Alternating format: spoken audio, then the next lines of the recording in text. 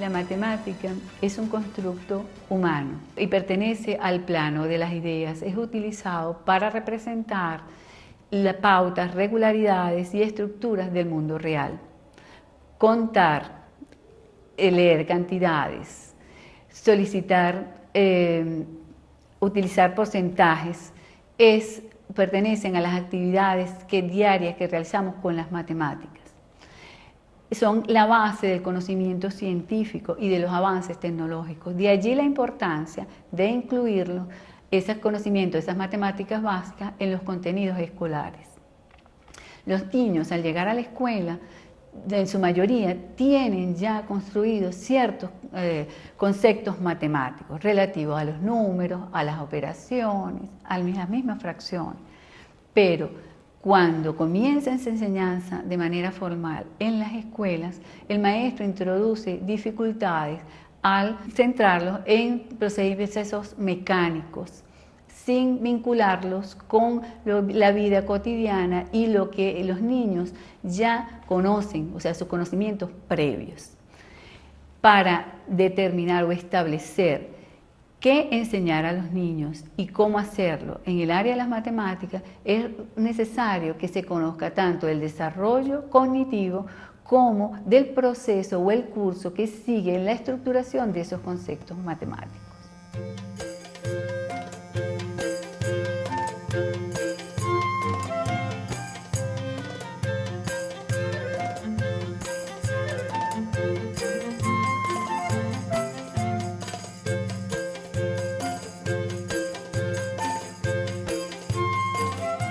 Los recursos son de gran importancia para los niños y niñas de educación inicial a primer grado, porque ellos constituyen la parte fundamental en el proceso de aprendizaje y constructivista del niño, porque en sí el niño debe aprender a jugar, manipular y observar todo lo que lo rodea dentro de su medio ambiente, puede ser dentro del aula o fuera del aula. Estos recursos pueden ser números, tacos, ábacos, colores, paletas de helado. Las paletas de helado se les hace más fácil para que ellos aprendan a sumar, a restar con granos de diferentes tamaños. Ellos los pueden colocar desde el más pequeño al más grande, ordenarlos de mayor a menor o de menor a mayor.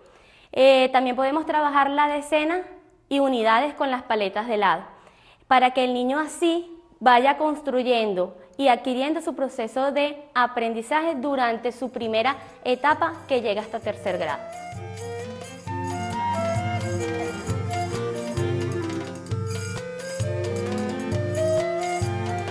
Para Piaget, las características que definen toda conducta inteligente son la organización y la adaptación. La organización es esa estructura interna, la cual da respaldo a toda conducta del intelecto. La adaptación es esa relación con el ambiente, con el medio exterior, que implica a su vez dos procesos, la asimilación y la acomodación. La asimilación es precisamente cuando se está ante un nuevo estímulo y se incorpora toda la información o datos acerca de la misma.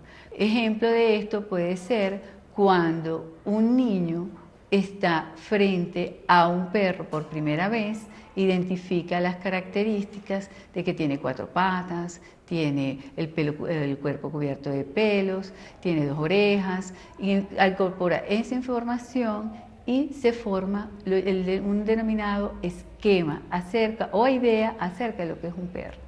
Luego, ante otra situación, una variación de ese esquema que se presente cuando esté frente a otro perro de otra raza, el niño incorporará la nueva información que le permitirá identificar que es un perro de otra raza. En ese momento se produce una adaptación, o sea, a través de una modificación del esquema anterior. Cuando ocurre esto, que la asimilación y la acomodación se establece un cierto equilibrio que se verá, o sea, que es más o menos estable hasta que ocurra una nueva variación de los esquemas. Y así, progresivamente, la conducta desde formas más simples va evolucionando a formas cada vez más complejas. Esto es el proceso, en términos generales, que sigue la mente humana para estructurar todo lo que es el conocimiento. Piaget plantea que durante el desarrollo ocurren 4 periodos fundamentales: el sensorio-motor, entre el nacimiento y los 2 años, el periodo de operaciones concretas, que es el que abarca entre los 2 años a los 12 años y que comprende 2 subperiodos, que es el preoperacional y el de operaciones concretas y el de operaciones formales. El periodo sensorio-motriz se caracteriza por los esquemas de acción, es decir, el niño desde conductas innatas va progresivamente desarrollando su sistema nervioso central y interactuando con el ambiente, va conociendo los objetos, su uso, calculando las distancias, y el final de este periodo lo marca la aparición de la llamada función semiótica, que es esa capacidad precisamente del niño de representar el mundo a través de significantes, como lo es el habla, los juegos de roles.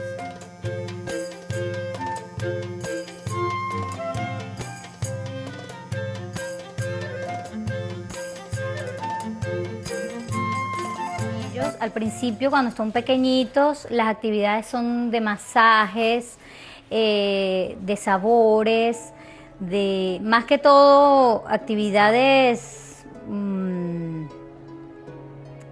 que lo ayuden a conocerse a ellos mismos.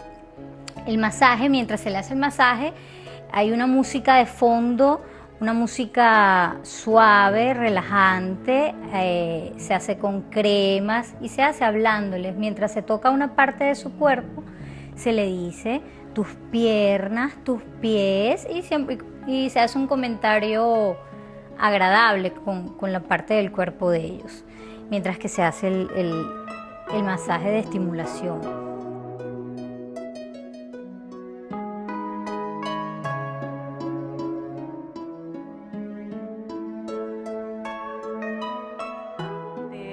Momento del baño se le introducen objetos, por ejemplo, pueden ser círculos, cuadrados, triángulos, figuritas, se les comenta, este es un patico, este es un muñequito X, una vaquita, este es un pececito, el color de ese animalito también.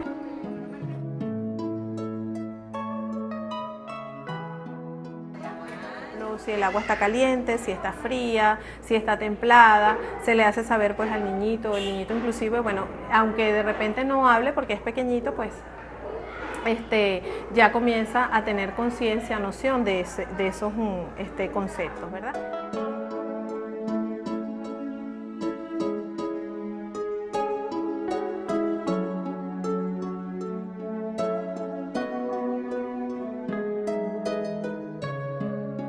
El primero periodo que describe Jean Piaget es precisamente el preoperacional, en donde ocurre un desarrollo bastante importante del lenguaje, o sea, de la función semiótica.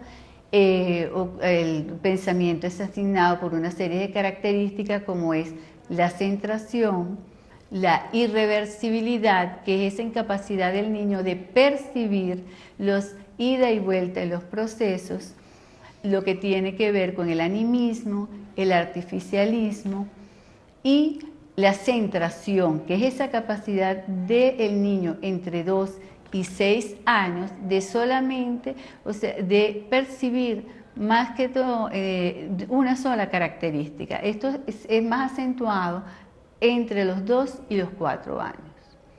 El periodo de operaciones concretas se caracteriza fundamentalmente porque el pensamiento comienza a hacerse más reversible, comienza a descentrarse, o sea, el niño es capaz de percibir más de 3 características de manera simultánea, al igual de que ya es capaz de operar a nivel, la mente es capaz de organizar las ideas y resolver problemas. El periodo de operaciones formales que corresponden a las formas más abstractas de operar con la mente. Piaget también describe que hay 3 tipos de conocimiento: el conocimiento físico, el conocimiento lógico-matemático, el conocimiento representacional. El conocimiento físico es aquel que corresponde a la captación o a la identificación de la característica de todos los objetos, de todos los elementos que se encuentran en nuestro entorno. Esto se produce por la llamada asimilación simple, es decir, es a través de las observaciones, de las percepciones de los mismos. Esto está referido a las características de los objetos por sí solos, tal como la forma, el tamaño, el color, la textura, si los objetos se hunden, flotan, si absorben o no absorben. Es un conocimiento rico de todas las características de cuanto nos rodea.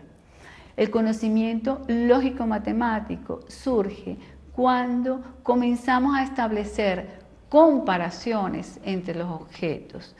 Es producto de la acción reflexiva de los sujetos sobre los objetos que le rodean. Empieza a establecer puentes entre uno y otro objeto. Y así van surgiendo los procesos lógico-matemáticos de la clasificación y la seriación. La clasificación es el proceso lógico por el cual los niños son capaces, o las personas, de establecer semejanzas, diferencias, esto desde el punto de vista cualitativo como cuantitativo, y de realizar la llamada inclusión en la clase. Para este proceso es fundamental la observación y la comparación, así como un denso conocimiento físico, o sea, de lo que son las características de los objetos. Producto de esta clasificación, de este proceso de clasificación, se forman lo que son las categorías o clases. Esto es en términos cualitativos. Y cuando se toma en cuenta el aspecto cuantitativo, surge el concepto de valor cardinal. Podemos hacer una actividad de tipo práctica aquí con los recursos que aquí tenemos, que son material específico para ello. Esta es una matriz en donde tenemos una serie de figuras geométricas y están agrupadas de acuerdo a su forma. Pero también pudieran surgir que se pudieran agrupar de acuerdo al color. Pero este proceso de clasificación, ¿cómo evoluciona? Vamos a utilizar esta matriz como ejemplo.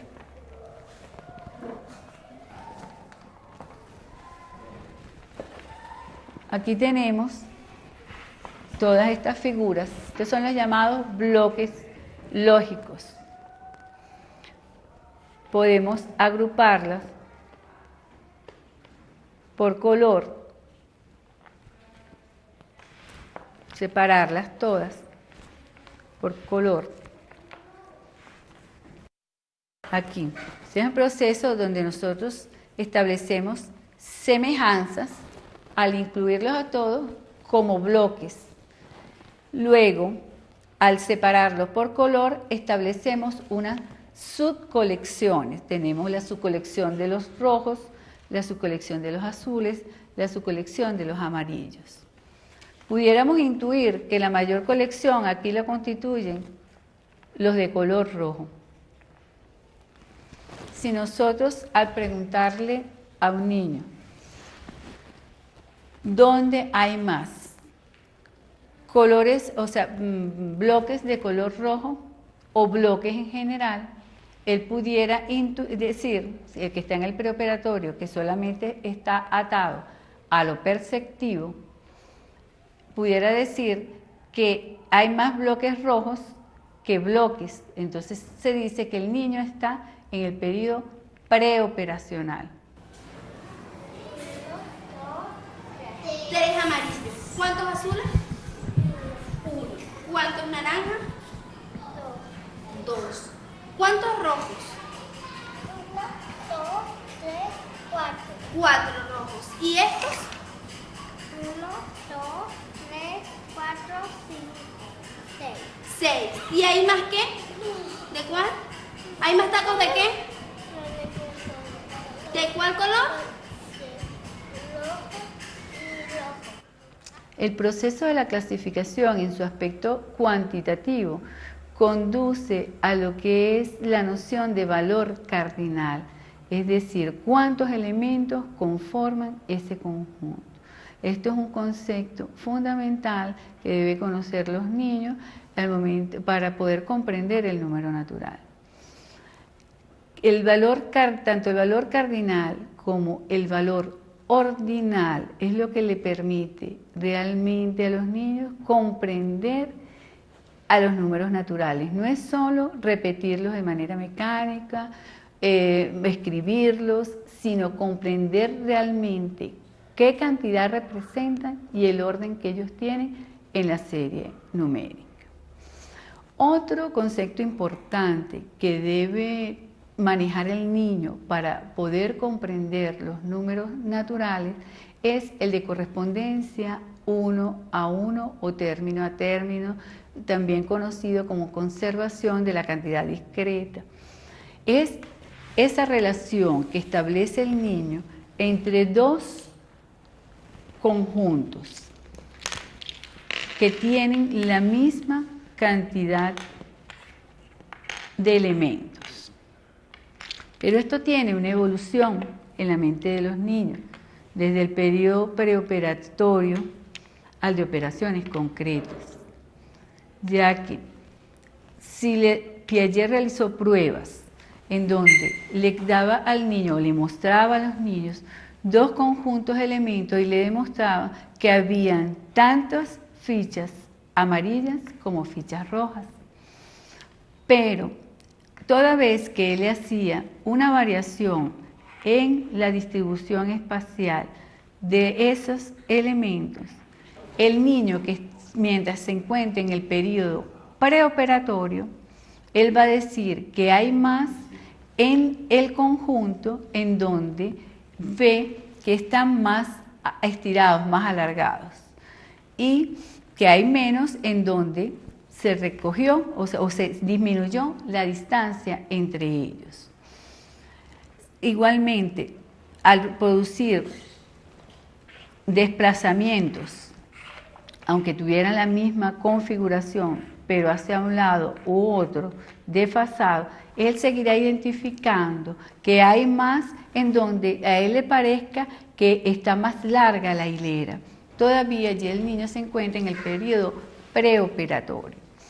Cuando realmente establece esa, a pesar de que se cambie su configuración espacial y que él establezca que hay la misma cantidad de elementos en ambos conjuntos, se dice que el niño adquirió la conservación de la cantidad o estableció correspondencia 1 a 1.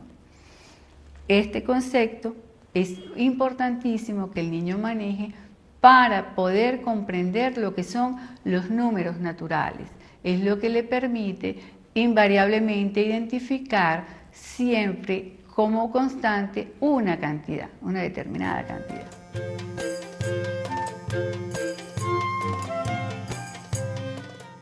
La teoría de Jean Piaget nos explica cómo debe ser esa selección y secuenciación de actividades para ir de acuerdo a la evolución del pensamiento del niño. Los conceptos matemáticos no son producto de la experiencia en una sola oportunidad. Es un proceso largo, complejo, que será más sólido en la medida que se le dé más oportunidades al niño de ir estructurando, conformando ese edificio matemático.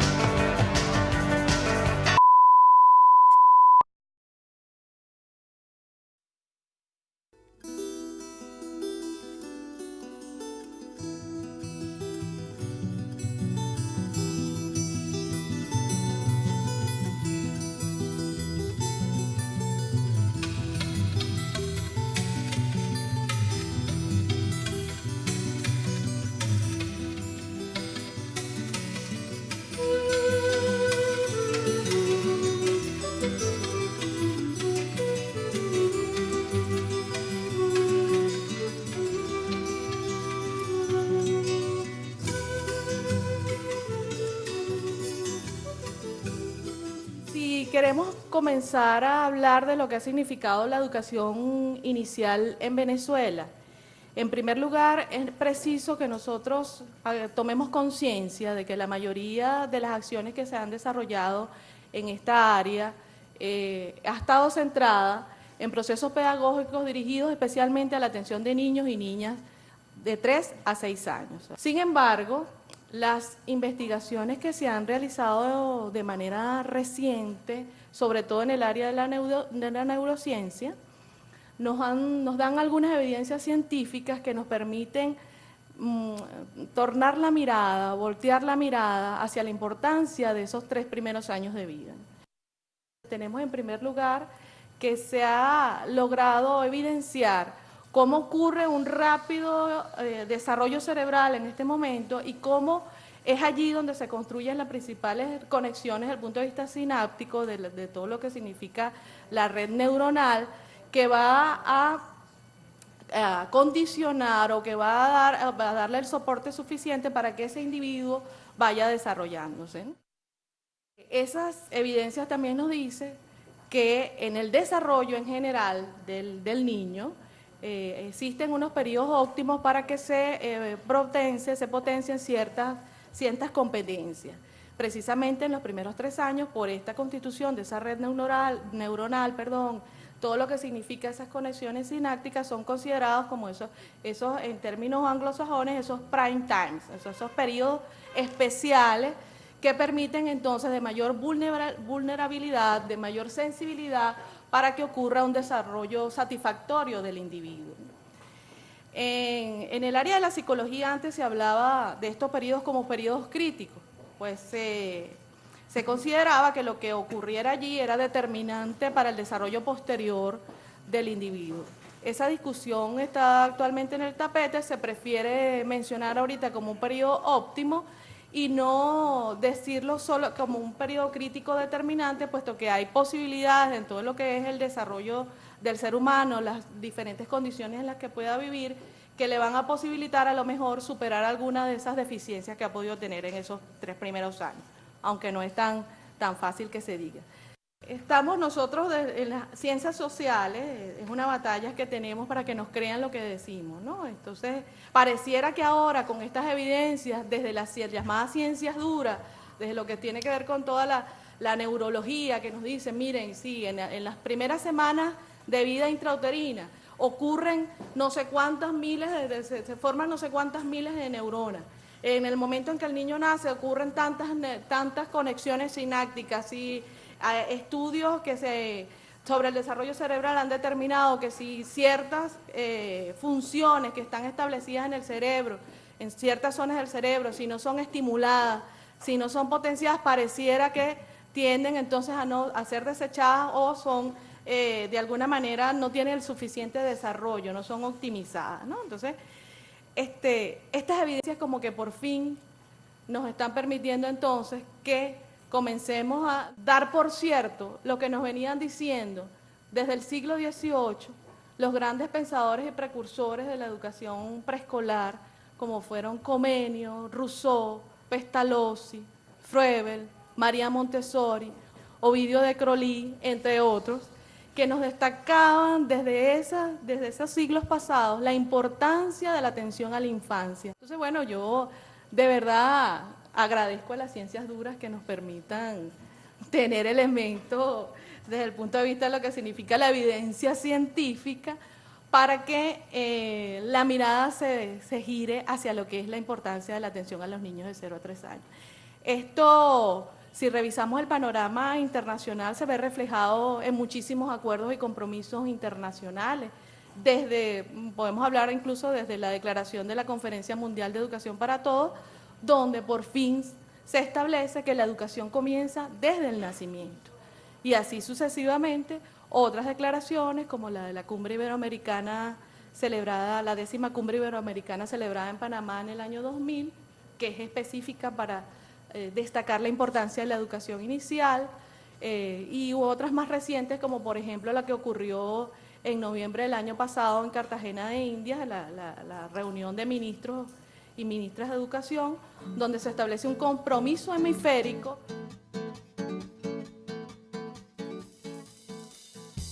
Quisiera compartir con ustedes algunas reflexiones en este sentido, ¿no? ¿Qué hacemos ahora?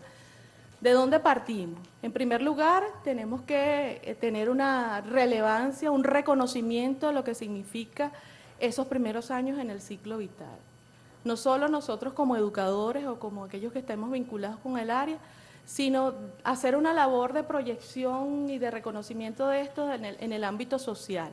Cómo todos y cada uno de los miembros de la sociedad reconozcan cómo los 3 primeros años de vida son fundamentales para el desarrollo de los niños, ¿no? Es una tarea que creo que nos toca a los educadores. Por otro lado, tenemos que tener una absoluta conciencia de que la incidencia del ambiente físico y social es determinante en el desarrollo de los niños.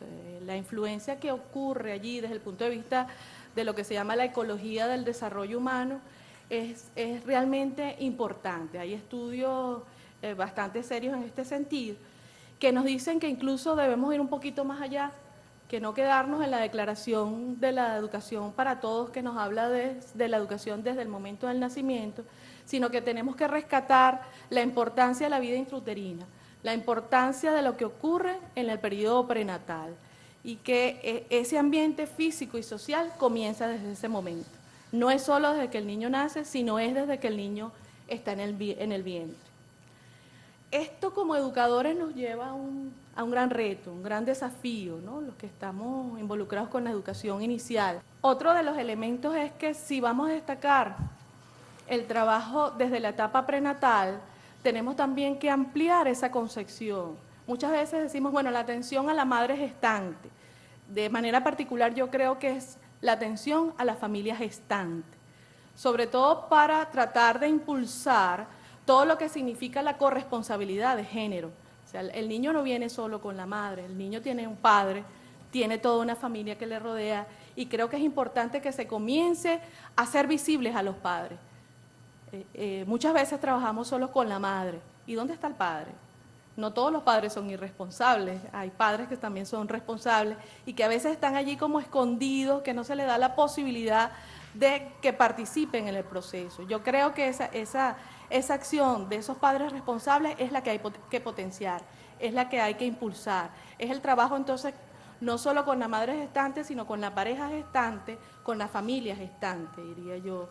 Esto nos lleva entonces a un proceso de revalorización de la etapa prenatal desde nuestros contextos.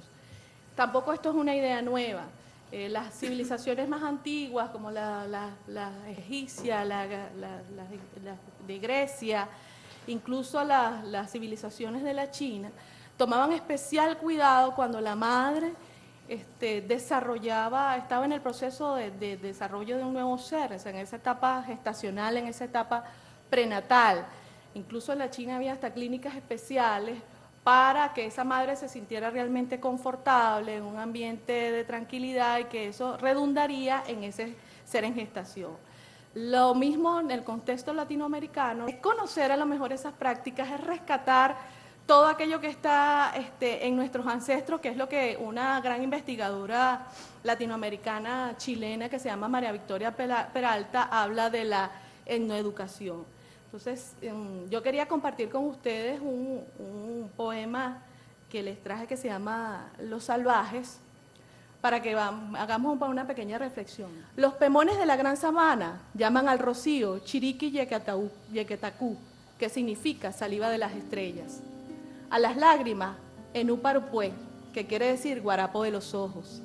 Al corazón, yeguán enapué, semilla del vientre.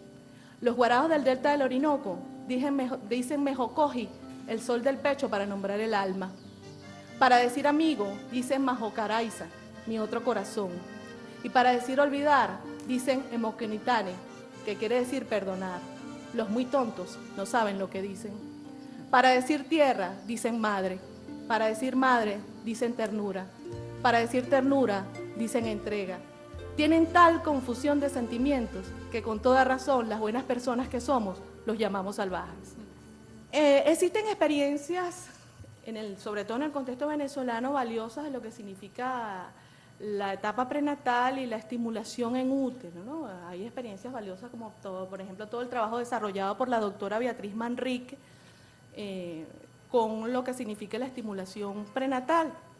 Eso tuvo su época y tuvo sus teorías subyacentes allí. Sin embargo, a mí me gustaría hacer una reflexión que desde lo que significa la formación de los maestros en educación inicial, tratemos de que ese proceso no se vea como un proceso mecánico de solamente una intervención conductual donde vamos a presentar un estímulo para que el niño gire la mirada o voltee o dé patadas, como decía el programa de Beatriz Manrique, sin ánimos de descalificarlo, me parece valiosísimo, cuando le decíamos a ese bebé, patea, patea, o presentar una luz para que la siga, sino que eso, además de todos esos estímulos, esa organización del ambiente que vamos a hacer, debe implicar todo un proceso de involucración desde el punto de vista de las interrelaciones afectivas que ocurren entre ese adulto cuidador, bien sea la madre, las madres cuidadoras, que agradezco su presencia en la mañana de hoy, y cualquiera, el abuelo, el hermano, cualquier persona que intercambie con los niños pueda, a partir de las interrelaciones que están enmarcadas en ese contexto afectivo, promover el desarrollo a partir de precisamente eso que sentimos y que queremos con los niños. El reconocer de manera definitiva y clara el papel relevante e insustituible de la familia. La educación inicial jamás podrá pretender sustituir a la familia. La familia está allí, la familia es para toda la vida. Los maestros somos transitorios. ¿Okay? Los maestros estamos allí en algunos momentos, a lo mejor momentos importantes, pero la familia permanece. Yo creo que el compromiso de la educación inicial es precisamente establecer ese diálogo permanente entre los diferentes agentes educativos que participan en el proceso de educación y crianza de los niños y cuidado de los niños y ver de qué manera podemos compartir algunos elementos y de qué manera podemos transformar algunas realidades. Por supuesto, esto tiene que estar enmarcado en todo lo que significa el paradigma de protección integral al niño y a la niña. O sea, no podemos de ninguna manera, de ninguna tribuna, justificar, por ejemplo, que como esa madre aprendió que el aprendizaje es a partir de la violencia física, nosotros vamos a permitir que eso siga ocurriendo porque forma parte de su práctica cultural, ¿no? Hay cosas que tienen sus límites y que precisamente esa es la acción de la educación inicial, tratar de transformar aquellas realidades que no sean tan óptimas y tan propicias para el desarrollo de los niños.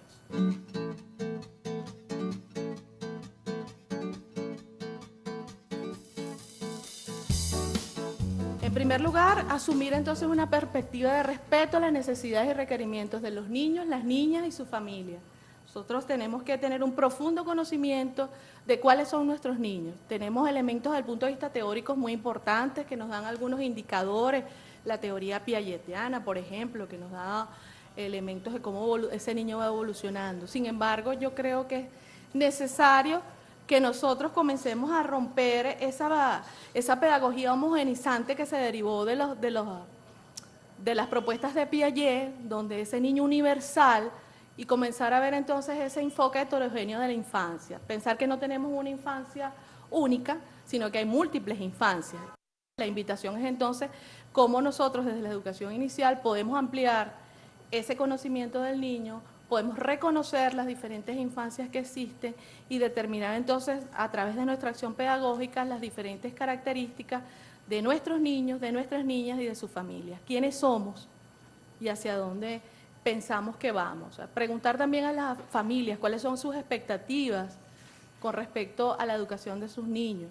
¿Qué quiere usted que su niño aprenda? Y cómo eso se puede vincular o no con el proyecto de país que tenemos. Cómo eso se puede de alguna manera cotejar entonces con todo lo que está planteado en nuestra Constitución. Entonces, cualquier proyecto educativo en este país tiene que partir precisamente de lo que está establecido en nuestra Constitución. Entonces, si el preámbulo de nuestra Constitución nos dice que somos una sociedad pluricultural, multiétnica, creo que la educación inicial entonces también tiene que asumir eso como un desafío. ¿Cómo hacemos entonces para asumir la pluriculturalidad? ¿Cómo hacemos para asumir la multietnicidad? Otro elemento importante allí, lo que ya lo habíamos dicho antes, es la divulgación de la importancia del periodo, el reconocimiento de lo que significa la educación de la infancia. Estoy trabajando con un grupo de investigadores en el área y hemos asumido una posición que pensamos que la infancia es un continuo. O sea, tenemos unas divisiones para efectos de la atención educativa en específico, pero creemos que tenemos que ver a la infancia como una sola, de 0 a 12 años. Y en este sentido tenemos que reconocer eso y que eso se vea en los diferentes entornos, no solo desde el punto de vista social, sino también desde el punto de vista académico. No sé si a ustedes les habrá pasado, pero a veces tratamos de hacer registros de investigaciones que realizamos en el área y cuando nos dicen ubique su investigación nos dan toda una lista en donde la podemos ubicar y nos aparece todo. Matemática, física, química, antropología, pero educación a la infancia pareciera que no existe. Entonces, creo que es el momento de rescatar eso y que comencemos a valorarnos nosotros primero para luego entonces multiplicar eso hacia el exterior. ¿No? Y cómo nosotros desde la educación inicial podemos valorar las acciones de la vida cotidiana. El niño de 0 a 3 años mayoritariamente se desarrolla en ambientes familiares. Entonces, nosotros tenemos que comenzar a mirar qué sucede allí, a orientar entonces ese proceso, a fortalecer a la familia para que se haga una adecuada atención a los niños. y tratar de transmitir que para potenciar el desarrollo de los niños no es necesario una hora especial, una hora específica del día, sino que a través de todas las acciones que se hacen en la rutina diaria, usted puede potenciar el desarrollo de su niño. Cuando usted lo va a bañar, por ejemplo, y le hace comentarios sobre la temperatura del agua o le hace comentarios sobre la parte del cuerpo que le va a enjabonar, por ejemplo, ahí usted está contribuyendo a eso. Cuando ese niño está comiendo y usted, además de la parte cognitiva que podía darle a que sabe, es ácido, es dulce, etcétera, le da también la parte afectiva, ese niño también entonces estará desarrollando toda una serie de competencias que lo van a hacer ser una persona integral, ¿no? El cómo disfrutar de la interacción con otros y el cómo a partir de mis propias acciones puedo ir construyendo ese conocimiento. Esto nos lleva entonces a una tarea que yo creo que tenemos que emprender en la educación inicial en Venezuela, que es un análisis y reflexión sobre lo que significan las diferentes pautas y prácticas de crianza que tenemos en nuestra familia, ¿no? Hay estudios en el contexto latinoamericano importantes en este sentido.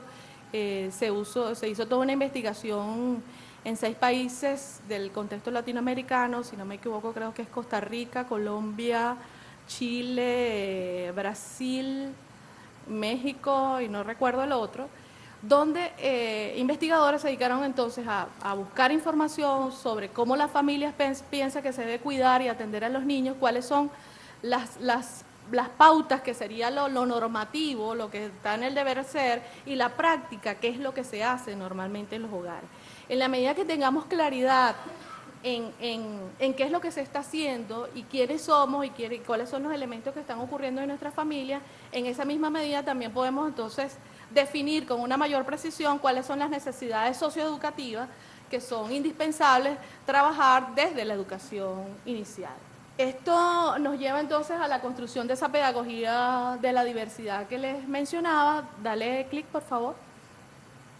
Donde se conozca y se reconozca lo plural, donde puedan existir propuestas educativas flexibles que puedan entonces adaptarse a las diferentes características de esos contextos sociales con los cuales vamos a trabajar, y donde podamos entonces establecer lo que les decía, esa negociación, esos puntos de vista comunes.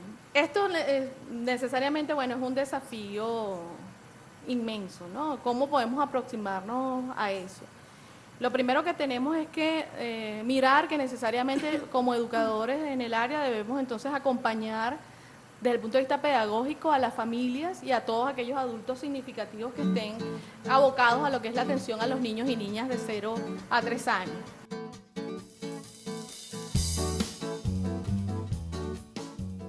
El pedagógico debería estar centrado en 3 factores o 3 pilares fundamentales. En primer lugar, lo que tiene que ver con la seguridad afectiva. De hecho, no es casual que uno de los ejes del currículo actual de educación inicial en Venezuela sea la afectividad. O sea, nosotros tenemos 3 ejes fundamentales: la afectividad, la inteligencia y lo lúdico. Entonces, pero principalmente en estos primeros 3 años, el que ese niño se sienta querido, que ese niño se sienta en un ambiente que es respetado como tal, lo hace entonces ser un ser sujeto de derechos desde el mismo vientre, ¿no? O sea, el ejercicio de los derechos desde el mismo vientre. Y esto va a tener como pilar fundamental esa afectividad. Le va a permitir entonces sobrevivir. Sí, nosotros sabemos que somos una especie que si no contamos con ese intercambio, ese vínculo afectivo, ese lazo afectivo que puede llegar a constituirse en lo que algunos autores llaman apego, podemos entonces incluso llegar hasta la muerte, ¿no? Si ustedes recuerdan investigaciones de hace mucho tiempo, por ejemplo las terribles investigaciones de Spitz, donde bebés eran colocados en ambientes supuestamente ideales, con todas las condiciones desde el punto de vista de higiene, de nutrición, pero se les negaba el contacto afectivo, esos bebés llegaban a morir. O sea, son investigaciones que por supuesto en este momento, desde el punto de vista de lo que significa la bioética, no son permitidas, pero son elementos que nos dan señales importantes de cómo el afecto constituye un eje fundamental en lo que son las relaciones humanas y por supuesto en el desarrollo de las niñas y niñas en estas primeras edades. Esta seguridad afectiva nos lleva entonces a valorar el cuidado. Una tendencia, si se quiere, un poco para destacar un poco más lo académico de lo que significa la educación infantil, tendía a mirar con cierto desdén lo que significaban las organizaciones que dedicaban al cuidado de los niños, ¿no? Entonces, de hecho, si revisamos lo que es la historia de la educación preescolar, hablamos de los asilos de Oberlin, por ejemplo, entonces decíamos que, bueno, simplemente dedicado al asistencial. Pero al decir simplemente, estamos descalificando lo que significa el cuidado. Y creo que en estas edades el niño requiere de cuidado.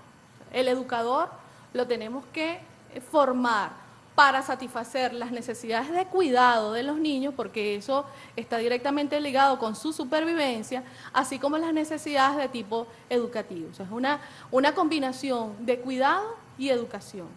De nada nos sirve proveer todas las experiencias desde el punto de vista pedagógico si nosotros no estamos ofreciendo atención a lo que tiene que ver con el cuidado de los niños. Eso es importante porque pareciera cuando asumimos lo que significa una profesión. He escuchado algunos comentarios, sobre todo de algunos estudiantes, no de manera general, que decir, por ejemplo, yo no pasé por una universidad 5 años quemándome las pestañas para limpiar mocos y cambiar pañales. Yo a ese tipo de estudiantes tengo que llamarlas a la reflexión, ¿no? Decirle, mire, entonces yo creo que usted tiene que estudiar otra cosa, porque si usted no está dispuesto a cuidar a un bebé, creo que no es la carrera que tenía que estudiar, ¿okay? Nosotros no podemos desligarnos de eso. Si nos comprometimos con la atención al niño desde 0 años, que es un concepto bastante extraño, porque 0 años no existe, pero bueno, eso está establecido así en alguna de la literatura, debemos asumir todo lo que eso implica, ¿no? Entonces, eso implica cuidado e implica también que usted provea de situaciones de aprendizaje, de situaciones especialmente diseñadas para que ese niño vaya avanzando también en su proceso de educación educativa. Esto nos lleva entonces a la valoración o a la necesidad del otro, que se reconozca a los otros que están allí, los otros que también actúan en ese proceso de aprendizaje. Eso nos permite entonces que ese niño vaya construyendo una serie de procesos socioemocionales de manera adecuada, todo lo que tiene que ver con su autonomía, con su propia reafirmación de la identidad, el sentirse querido, el sentirse valorado, el sentirse miembro de un grupo social. Otro de los pilares fundamentales que se mencionan en algunas bibliografías es lo que tiene que ver con la motricidad libre. De acuerdo a cómo es el niño es esencialmente movimiento. Yo comienzo a invitarlo a eso. Esa invitación, ese fortalecimiento de esa actividad autónoma está ligado directamente al uso del lenguaje como herramienta. Y esto, por supuesto, se vincula mucho con los planteamientos de Vygotsky de cómo el lenguaje es una herramienta fundamentalmente humana y cómo nosotros podemos usarla entonces para potenciar el desarrollo, para llevar a ese niño a niveles superiores. En eso es lo que yo les comentaba antes, en ese momento que yo le estoy diciendo, vamos a buscar tu camisa roja o tu camisa verde, que te la vamos a poner, tu camisa amarilla. Yo estoy verbalizando cosas y estoy haciendo que el niño establezca una relación entre el pensar y el hacer, ¿okay? Y el comunicar.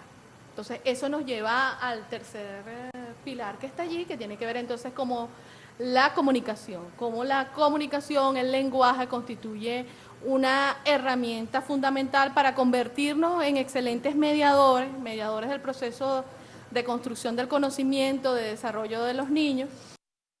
Entonces, algunos elementos que podemos considerar al construir acciones pedagógicas para niños de 0 a 3 años están los siguientes, ¿no?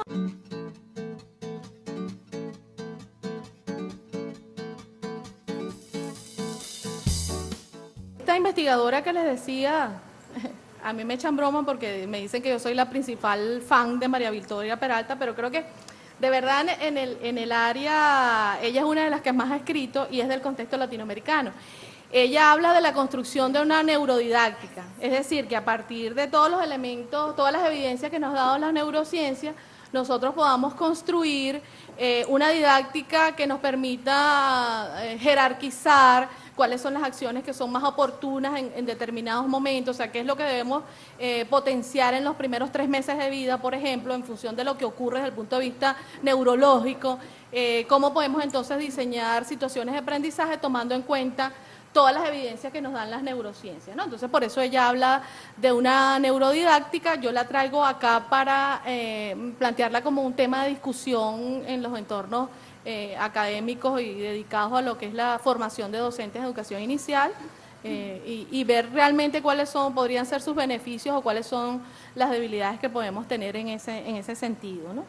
Entonces eso nos lleva a lo que denominamos una didáctica para los bebés, ¿no? Una didáctica para la atención a los niños de 0 a 3 años, donde tenemos que tomar en cuenta, por supuesto, toda la planificación que contempla el currículum, por supuesto partiendo de todo lo que tiene que ver con el ambiente humano y tomar en especial consideración lo que ocurre en el periodo prenatal, porque es en ese momento donde el niño comienza a construir todos esos patrones ordenadores de vida, o sea, cuando, por ejemplo, todo lo que significan los momentos de sueño y de vigilia en el vientre materno, por lo general no están coordinados con los momentos de sueño y de vigilia de la madre.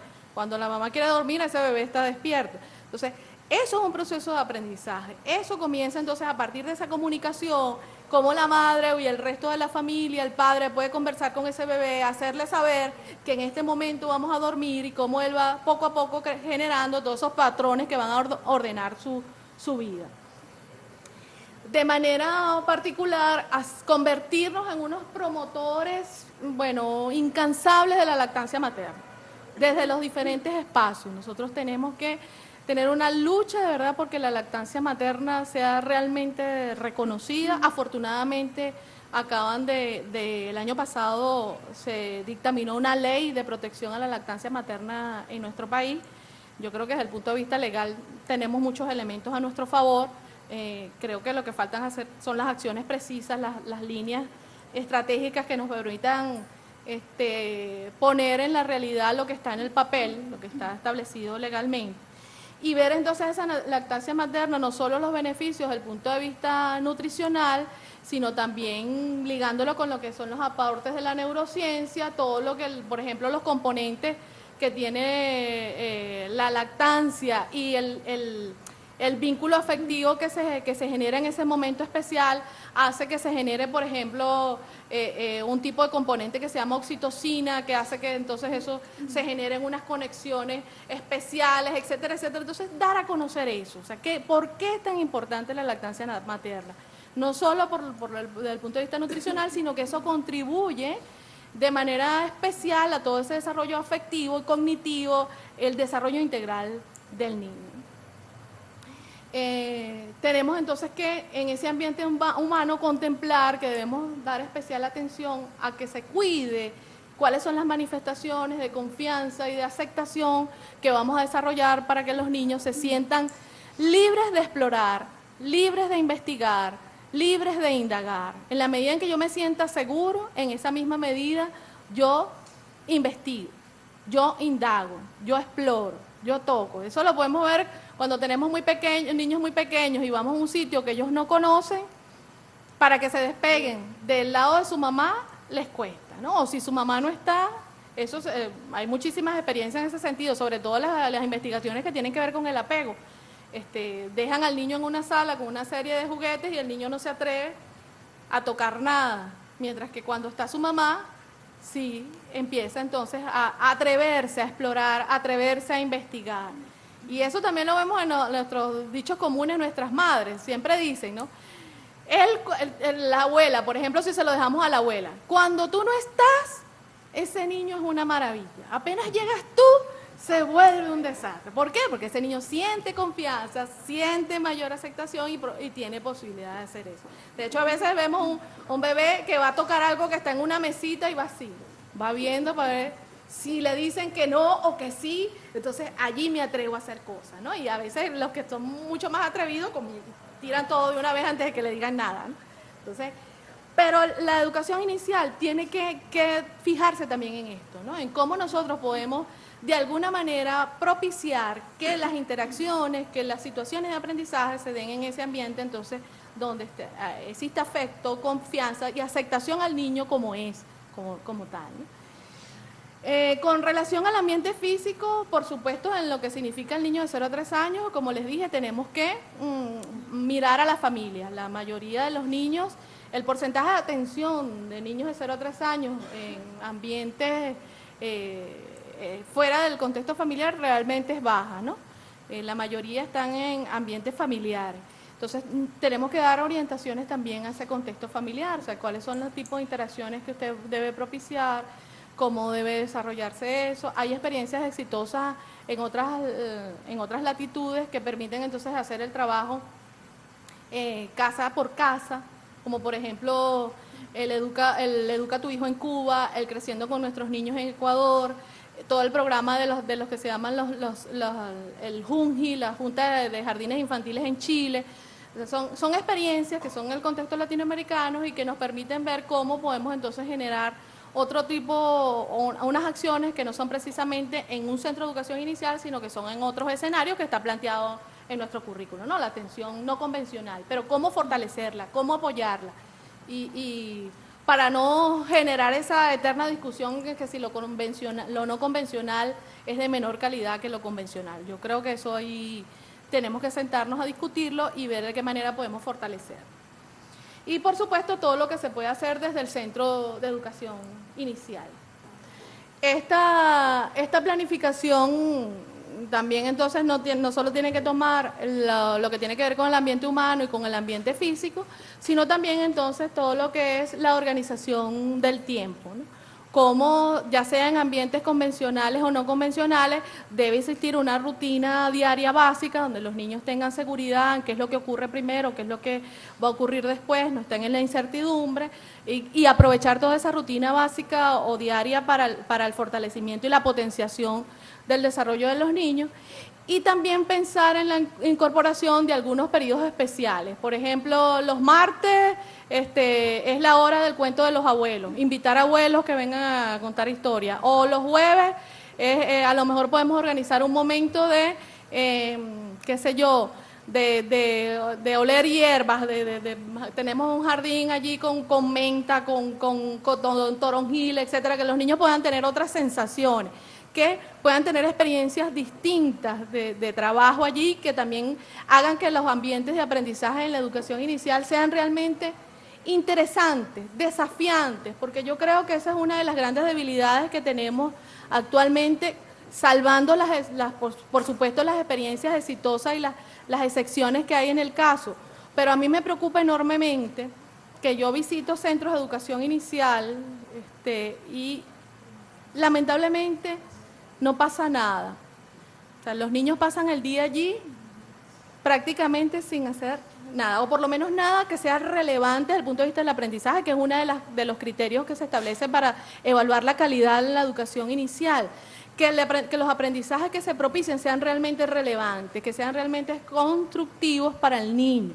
Entonces, creo que es un gran desafío para los educadores que nos convirtamos entonces en esos maestros desafiadores, que nuestras aulas sean interesantes, que nuestras aulas sean divertidas, que traigan retos para los niños, no que los niños repitan mecánicamente todos los días las mismas acciones, ¿no? Esto nos lleva entonces a esa planificación específica de esas situaciones de aprendizaje, para que nosotros hagamos actividades que sean realmente desafiantes, que constituyan retos para los niños. Tenemos que tener claridad en el porqué y el para qué de nuestras acciones. Yo siempre hago la pregunta, a veces voy al primer grupo, por hablarles de la educación preescolar o al nivel preescolar como tal, de los niños de 3 a 6 años, y usted consigue a lo mejor a los niños rellenando una figura con papelito, una manzana, supongamos, un círculo. Va al segundo grupo y vuelve a conseguir el círculo rellenando con los papelitos. Va al tercer grupo y otra vez lo mismo. Y le digo, entonces, ¿qué estamos haciendo? ¿Para qué estamos allí? ¿Cuál es nuestra acción como educadores. Se supone que nosotros debemos potenciar el desarrollo. Tenemos entonces que tener claridad en eso. Si yo sé o si yo pretendo que con esa actividad de pegar papelitos a lo mejor voy a favorecer la coordinación óculo-manual, entonces el círculo del tercer grupo debe ser muchísimo más pequeño para que eso realmente signifique un reto para los niños. Entonces, no es repetir cosas por repetir, porque eso se hace normalmente en el preescolar. Decir, bueno, los niños hoy van a jugar con masa o con plastilina, ¿pero por qué? ¿Para qué? ¿Cuáles son los aprendizajes que están allí subyacentes? ¿Cuáles son esos aprendizajes esperados? No solo desde el punto de vista cognitivo, sino desde el punto de vista emocional, desde el punto de vista afectivo. ¿Qué cosas podemos fomentar a partir de eso? En la medida en que nosotros estemos claros en el porqué y el para qué de nuestras acciones, en esa misma medida entonces podemos garantizar un desarrollo mucho más óptimo de nuestros niños, que nuestros niños de verdad sean individuos críticos, investigadores, que tengan respuestas ante las acciones, que decidan ante alternativas. Si nosotros les decimos siempre qué es lo que van a hacer y cómo lo van a hacer, ¿cómo pretendemos después tener adultos que tomen decisiones? Entonces, y a veces, y ese respeto, ¿no? Esa confianza y respeto a los niños. A veces nos encasillamos en nuestros propios patrones. Entonces, ¿cómo se te ocurre pintar un árbol de azul con rojo? Los árboles no son azules con rojo. Entonces, ¿dónde queda la creatividad? ¿Dónde queda la imaginación? Entonces, trabajar también con esto. Entonces, hay un autor que se llama Robinson, que es una frase final que se las quiero dejar acá para la reflexión, que dice: los adultos en realidad no deben hacer nada muy especial.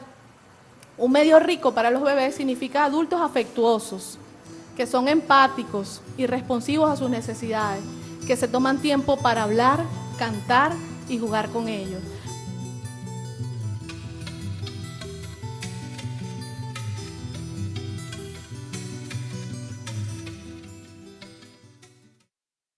Yo creo que esa es una de las grandes, a lo mejor el doble filo que nos dan las neurociencias, ¿no? Porque a veces usamos muy a la ligera términos y damos etiquetas de manera muy rápida, ¿no? Entonces a veces decimos, no, es que ese niño es hiperkinético, ese niño es hiperactivo. Entonces, eso tiene una connotación grandísima. O sea, usted decir que un niño es hiperactivo es porque ese niño tiene un desorden desde el punto de vista neurológico. Entonces, eso no lo puede decir usted como maestra, ni como adulto que esté cerca allí. Usted puede decir que el niño juega mucho, pero usted, para poder emitir una connotación como esa, que el niño es hiperactivo o el niño es hiperkinético, usted necesita una serie de exámenes desde el punto de vista neurológico, que no lo va a hacer usted, lo va a hacer un médico neurólogo, que le va a decir si realmente hay un desorden desde el punto de vista de las conexiones sinápticas, lo que se establezca allí. Pero pensamos que, yo creo que las características históricas, las características de la dinámica social que estamos viviendo hace que nuestros niños sean mucho más activos. Y eso tiene que ver también con supervivencia. Si usted no es activo, el otro le pasa por encima. O sea, el niño responde a las exigencias de su entorno. Entonces, a lo mejor no son iguales que nosotros, ni son iguales a nuestros hijos, igualitos. Las abuelas nos decían, dígame eso, ahora ese ya nació con los ojos abiertos. Ustedes abrían los ojos a los 15 días, una cosa como esa. Pero es que ese niño tiene una serie de exigencias desde el punto de vista social que él debe responder a eso. Entonces, yo creo que tenemos que pararnos antes de emitir juicios como ese que son tan delicados, ¿no? Creo que los maestros debemos cuidarnos en ese sentido de decir, no, es que ese niño es hiperkinético, o ese niño es hiperactivo, o ese niño es autista. ¡Wow! Ustedes no saben lo que están diciendo. Eso es de verdad poner una etiqueta a un niño que probablemente no tiene nada de lo que usted está diciendo, sino que a lo mejor somos nosotros como adultos que no tenemos las suficientes herramientas para dar respuesta a todas las exigencias que ese niño nos está manifestando, ¿no? Entonces, a veces pretendemos que los niños estén sentados por mucho tiempo y eso no se corresponde con la característica de los niños. O sea, no podemos pensar eso. Entonces, somos nosotros los que tenemos que revisarnos.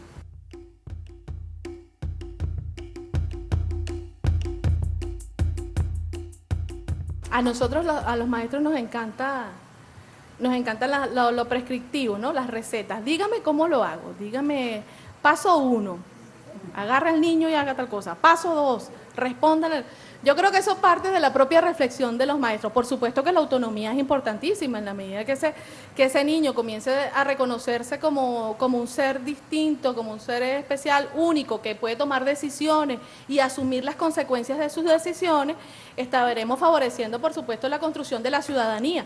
O sea, estamos trabajando, cuando trabajamos autonomía, trabajamos con la construcción del ciudadano desde la educación inicial, o sea, desde los primeros años de vida.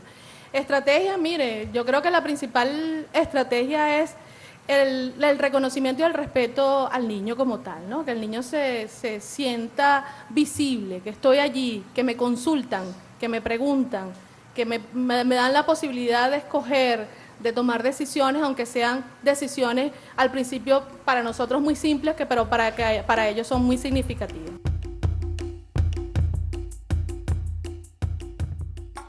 Con respecto a lo que significa el proceso de formación de los docentes, bueno, creo que todas las universidades, de hecho creo que hay una comisión desde el núcleo de lo que significan los rectores de las diferentes universidades, están en el proceso de revisión de sus currículos, ¿no? No solo el currículum de formación de educadores, sino los currículos en general de la formación en el nivel superior, ¿no? Creo que estamos en ese camino. Sin embargo, no son tan fáciles. Por ejemplo, en Lupel tenemos ya, yo no sé, nuestro currículum es del año 96 y estamos empeñados en un proceso de transformación y modernización, pero que ha demorado muchísimo desde mi punto de vista, ¿no? Creo que hay que tomar unas acciones mucho más precisas y trabajar a lo mejor con algunas herramientas que nos ofrecen actualmente. Por ejemplo, para el trabajo con las comunidades, actualmente tenemos la oportunidad de trabajar con todo lo que es la ley del servicio comunitario, ¿no? Entonces, cómo a partir de lo que significa la obligatoriedad que tienen nuestros estudiantes de generar una acción comunitaria, podemos entonces nosotros de la educación inicial generar todo un movimiento de apoyo a las diferentes alternativas de atención, como bien sean los hogaín o cualquier otro arreglo comunitario para la atención de los niños, ¿no? Porque los hogaín es como los más formales, pero ¿cuántas casas no vemos que dicen se cuidan niños? Entonces, ¿qué cosa está pasando allí? O sea, yo creo que las universidades tienen que brincar los muros, ¿no? De eso, abrir las puertas a las comunidades, salir hacia los contextos y ver qué es lo que estamos haciendo. De manera particular, bueno, yo he tenido experiencias bastante gratificantes precisamente con el programa, anteriormente se llamaba Programa de Hogares de Cuidado Diario. Trabajé con un grupo de madres fabulosas en el sector de La Vega y de verdad fue una experiencia bastante gratificante para mí, ¿no? Y creo que pudimos compartir muchas cosas, las madres cuidadoras y yo. Pero como les digo, eso no puede ser acciones individuales, iniciativas individuales, sino que yo creo que desde las universidades debe haber entonces toda una política de apertura hacia las comunidades y ver de qué manera podemos compartir saberes, en ese tono, ¿no? De compartir, porque si vamos en el tono de imponer cosas y decir nosotros somos la universidad, somos los que tenemos el saber y ustedes tienen que hacer eso, creo que no vamos a lograr nada, ¿no?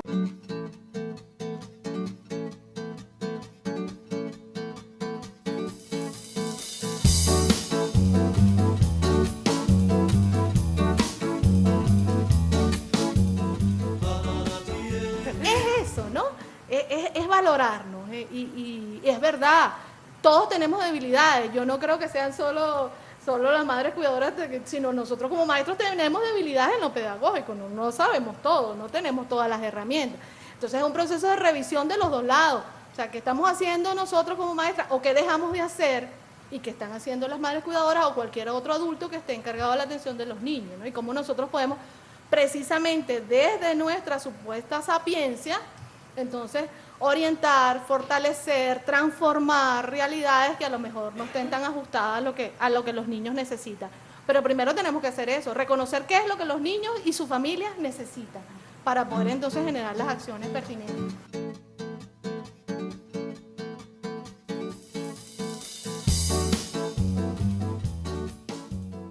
Bueno, yo creo que para nosotros desde las casas de formación docente tenemos que comenzar a la revisión de nosotros mismos como formadores de formadores, ¿no? hasta qué punto tenemos de verdad suficientes elementos para generar todo un movimiento en ese sentido.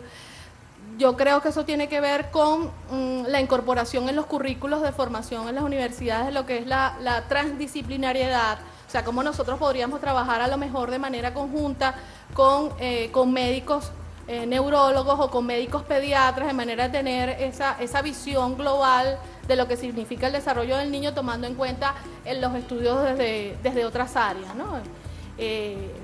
Particularmente creo que en las escuelas de medicina, sobre todo en los posgrados de pediatría, debería haber algunas cátedras que le den elementos para discutir sobre lo que significa la educación inicial, porque el médico pediatra es una figura importantísima, sobre todo en el desarrollo de las pautas de crianza, y lamentablemente, no en todos los casos, pero en muchos casos vemos como a lo mejor la lactancia materna no se fomenta, sino por el contrario, ya de una vez le dice, usted le da tal fórmula, le da tal elemento, desconociendo todo lo que se ha hecho desde la educación inicial. Entonces yo pienso que es un proceso transdisciplinario y que nosotros entonces debemos apoyarnos los diferentes profesionales en las diferentes áreas para propiciar lo que significa realmente una atención integral a los niños. A veces lo decimos también de manera muy ligera, ¿no? La educación inicial pretende a ofrecer una atención integral al niño, pero ¿sabes lo que significa una atención integral? Atención integral no es solo lo educativo, sino es la salud, es el trabajar con las condiciones de vida, son muchísimos elementos que están allí implicados en eso.